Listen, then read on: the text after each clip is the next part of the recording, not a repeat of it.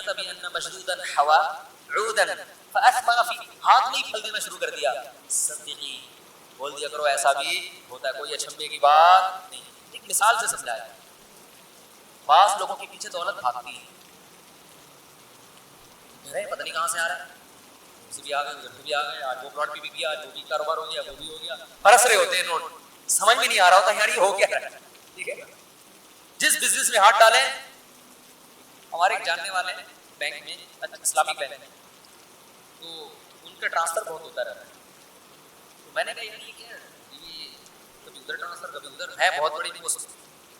کسی نے کہا یہ جس بینک جو نہیں چل رہا ہوتا نا اس کو ان کو وہاں بھیج دو, تو وہ چلنا شروع. کیا کیا برکت ہے. جو برانچ نہیں چل رہی ہوتی نا وہاں ان کا ٹرانسفر ہوتا ہے, اور وہ پہیے لگائے بغیر دوڑنا شروع کر دیتے. سمجھ رہے ہو کہ نہیں سمجھ رہے؟ تو ایسا بھی ہوتا ہے آپ رزق آپ کو تلاش کر رہا ہو, اور بعض دفعہ جو کام کرو نہیں ہو رہا. تو یہ کس کے ہاتھ میں میرے بھائی؟ اللہ کا. تو اس کا مطلب جس کے پاس رزق کے دروازے کھلے ہوئے نہ وہ اترائے کہ اللہ مجھ سے خوش ہے, نہ اس کو شہری مبتلا نہ ہو. اللہ آپ کو دے کے آزما رہا ہے. اللہ کیا کر رہا ہے بھائی؟ کھلا کے آزما رہا ہے. اور جو ہر کام میں ہاتھ ڈالے کام نہیں ہو رہا وہ ٹینشن میں نہ آئے, وہ یہ نہ سمجھے مجھ پہ کسی نے سفری کر دیا, جادو کر دیا ہے, میں فلاں عامل کو دکھاؤں گا اور جادو ہے اور یہ کروانا فلیتے پلیتے. نہ بھائی, اللہ آپ کو آپ سے چھین کے آزما رہا ہے. جس کو اللہ نے دے دیا وہ بھی مرے گا, اور آپ بھی قیامت کا اعلان کر کے نہیں جاؤ گے. آپ کا بھی انا للہ, قبر میں جانے کے بعد بغیر جیب, جس کا پلاٹوں کا کروڑوں کا بزنس تھا وہ بھی ایک فائل بھی اپنے ساتھ لے کے نہیں جائے. ارے جس کا جو اونر تھا, جو ریاض ملک ہے, وہ نہیں لے کے جائے گا تو جس کے بیریا ٹاؤن میں پلاٹ ہے وہ کہاں سے لے کے جائے گا؟ ہے بھائی, جو اونر ہے وہ کفن میں جیب کے بغیر جاتا ہے کہ نہیں آتا؟ تو یہ سوچ لیا کرو بھائی, یہ کون سا جو ہے نا قبر میں ساتھ لے کے جائے. تو بھائی لے کے بھی اللہ آزما رہا ہے اور دے کے بھی آزما. تو بچے پیدا کرو, نسل مت روکو, ٹھیک ہے, اللہ پہ توکل کرو. اور رپورٹ پتہ ہے کیا ہے کہ بڑھے گی نسل تو اللہ کی طرف سے رزق کے دروازے کھلیں گے نہیں, ٹوٹیں گے. صحیح نا, کھلیں گے نہیں. قرآن کے بعض الفاظ بڑے عجیب ہیں. ایک عرب عالم نے بڑی پیاری بات لکھی. عرب کیا کرتے تھے, بچے کو غربت کے خوف سے قتل کر دیتے تھے, کیونکہ وہ ماں کے پیٹ میں حمل ضائع کرنا جانتے نہیں تھے نا. اتنی میڈیکل سائنس میں ترقی نہیں کی تھی کہ ماں کے پیٹ میں حمل, اب حمل ٹھہر گیا تو وہ پریشان ہوتے تھے کیا کریں. تو کہتے پیدا ہوتا ہی مارو اس کو نا, کیونکہ ہم خود نہیں کھانے کو مل رہا ہے, اس کو کہاں سے کھلائیں. قرآن نے کہا نحن نرزقکم وإیاہم, ہم تمہیں بھی رزق دیں گے اور اس کو بھی. تو علماء نے اس کے تحت لکھے, اس سے پتہ چلتا ہے بچہ پیدا ہونے سے بچے کو روزی بعد میں ملتی ہے, والدین کو پہلے. اللہ نے کہا ہم تمہیں بھی دیں گے اور بولو ان کو بھی دیں گے. تو اللہ پہ توکل کرنے والے ہونا چاہیے بھائی مسلمان. یہ نہ جاؤ, اور پھر دل بڑا ہوتا ہے یار انسان کو جب وہ اللہ کی طرف سے روزی آتا ہوا دیکھتا ہے اور توکل بڑھتا ہے. اور یہ جو کہتے ہیں میرے اتنے بچے پھر بھی غریب, یا تو یہ کمبخت اپنی حرکتوں کی وجہ سے نہیں. فوکس بچے پیدا کرنے پر کیا اس نے, کمانے کو فوکس کیا, وہ تو ہو کمانا بھی تو ہے نا, کوشش بھی تو کرنی ہے, یہ ذمہ داری تو پوری کرو. سمجھ میں نہیں آ رہی. تو ایک ہے رزق, کمانا بھی, محنت بھی کرنی, اللہ رزق کے دروازے کھولے گئے. کیونکہ اللہ اس کنویں میں پانی زیادہ دیتا ہے جس کنویں سے لوگ زیادہ سیراب ہو. اس کا پانی تازہ بھی رہتا ہے, اور کنویں سے پانی سے لوگ سیراب ہونا بند ہو جائیں تو کنویں کا پانی سڑ جائے. ٹھیک ہے. دوسری بات تربیت کی. لوگ کہتے ہیں تربیت نہیں ہوگی, تو بچوں کو بگڑنے مت دو, خود ہی تربیت ہو جائے گی. بگاڑنے کی کوشش نہ کرو. ہر بچہ نیک پیدا ہوتا ہے, حدیث میں آتا ہے, جب نیک ہے تو وہ تو نیک ہی بنے گا نا.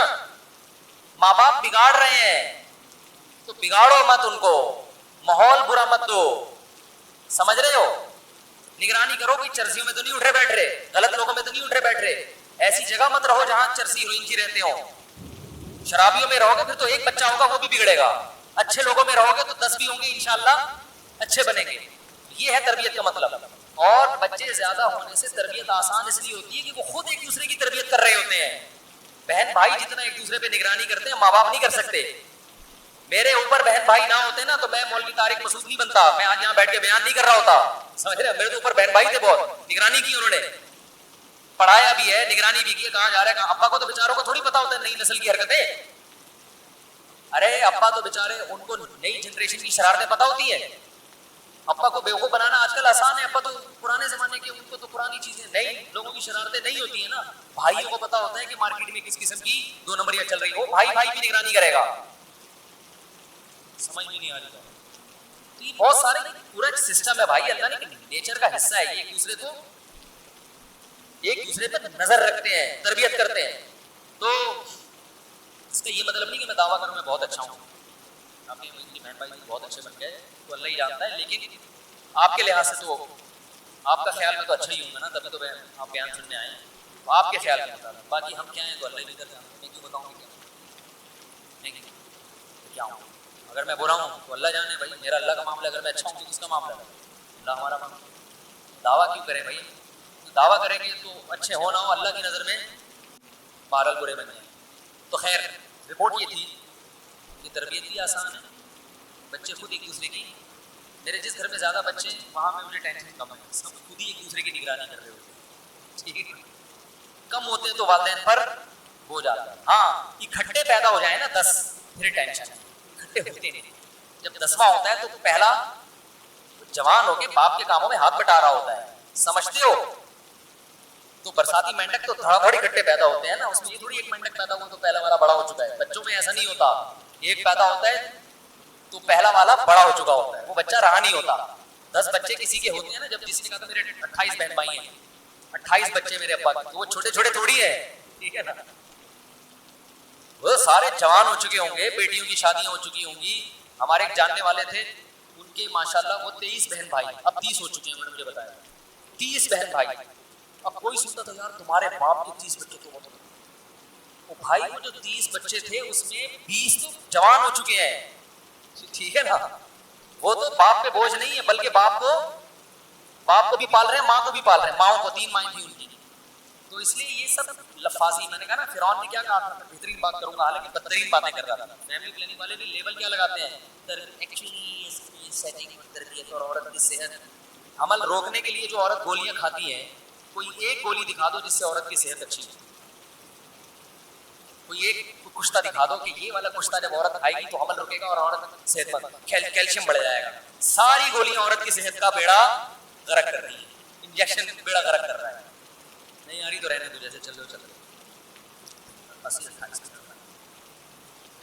وہ ایک کے بچے بہت تھے تو اس نے کہا یار وہ فیملی پلاننگ والوں نے منع نہیں کی, 30 بہن بھائی فیملی پلاننگ والوں نے, وہ آئے تھے وہ اسکول سمجھ کے واپس.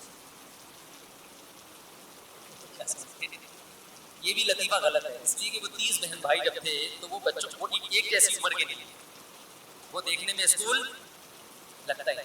اس میں جو جوان ہوتا گیا وہ ویسے بھی گھر سے نکلتا گیا. وہ اپنے الگ گھر بنا کے بیٹھا ہوا ہوگا, وہ اپنی شادی کر کے اپنے بچوں کو پال رہا ہوگا. باپ جب اس نے جس کے 30 بہن بھائی تھے نا, اس نے کہا میرے والد جب گھر میں آتے ہیں تو ہٹو بچوں, ایسی عزت ہوتی ہے نا. ایک دسترخوان لگتا ہے, ابا دادا بھی بن چکا ہے, وہ بہت سی وہ دامادوں کے سسر بھی بن چکے ہیں, صحیح ہے نا, نانا بھی ہے اور بیویوں کا شوہر بھی ہے. ٹھیک ہے نا, اور باپ بھی ہے.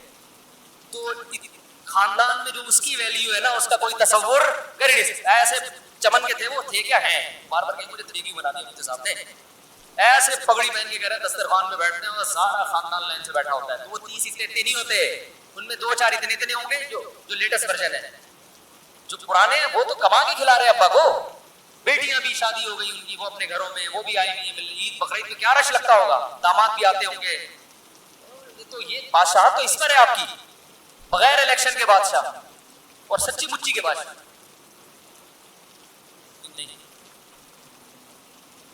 سمجھ میں پھر بھی ایسے چلے. خواتین یہ کہتی ہیں ہم اتنے بچے پیدا کریں گے نا تو ہمیں شرم آئے گی, لوگ ہمارے بچے. دیکھو یہ جو آپ کا حسن و جمال ہے نا تھوڑے دن کا ہے, ماں بچے کی قیمت ہے نا, یہ سوچ کے کسی کو نہ ہٹو. تو آپ حسن و جمال ایسے مارکیٹ سے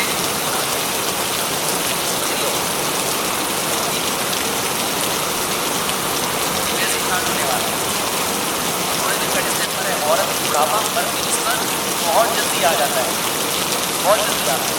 تو آپ جلدی اپنا خاندان چاہیے کہ جیسے بھی 40-45 سال ایک خاندان ہو, بیٹے ہوں پالنے والے, فخر کروں میں ان پہ. اور ویسے بھی جب قدرتی لائف ہوتی ہے بڑھاپا میں تھوڑی دیر سے آتا ہے. نیچرل لائف سے ہٹیں گے تو بڑھاپا عورت کی ولادت یا بچے کی نیچرل ہے یا نہیں؟ نیچر کا حصہ ہو اور اسے نقصان کرو. اس کی نقل میں آنے والی باتیں نہیں ہیں جسے کھڑکیاں سکھائی گئی ہیں کھڑکی سمجھ رہے ہو. اس لیے وہ عورت دیکھ جوان کے لیے اولاد زیادہ ہوتی ہے اور بیماریوں کا شکار ہو استعمال کا ختم ہوتا ہے. میڈیکل سائنس کے حوالوں کے ساتھ میرے پاس اب کمپنی میں آنے والی چیزیں ہیں نا نیچر ایک نسل تھوڑی کی بغاوت کر سکتا ہے. اولاد آپ کی بھی کام آئی آپ اچھا راستے کا ٹائم کم نہیں ہوتا. 20 سال تقریباً زمانے کے لڑک پکے ہوتے ہیں بچپنے 20 سال سے لے کے بہت لگا لو 50 سال یہ آپ کے کیا ہے موج مستی. 50 سال کے بعد بوڑھا اور وہ کب تک چلتا ہے 70 سال تک چلتا ہے نا. اور اگر صحت اچھی ہو تو 80 30 سال آپ نے نکالنے ہیں آخر اور اس وقت آپ کو ضرورت زیادہ ہے. 30 سال اگر آپ کی اولاد ہول سیل کے حساب سے ہوگی تو بڑا اچھا ٹائم گزرے گا. نہیں ہوگی تو اچھا ٹائم نہیں گزرے کیونکہ اس میں پیسہ بھی آپ کے کام نہیں آئے گا کیونکہ نہ مٹھائی کھا سکو گے شوگر کی وجہ سے. ایئر کنڈیشن میں زیادہ رہو گے تو ہڈیوں میں درد ہونا شروع ہو جائے گا. ٹھیک ہے نا. ڈرائیونگ کرتے ہوئے ہاتھ کانپیں گے. لانگ ڈرائیو نہیں کر سکتے کسی اور سے گاڑی. وہ جو گھومنے پھرنے کی عیاشی وہ سب آہستہ آہستہ ختم. اس وقت صرف ایک اولاد ہی ہوتی ہے جو انسان کو راحت دیتی ہے. وہ زندگی کے لیے کچھ نہیں سوچتی.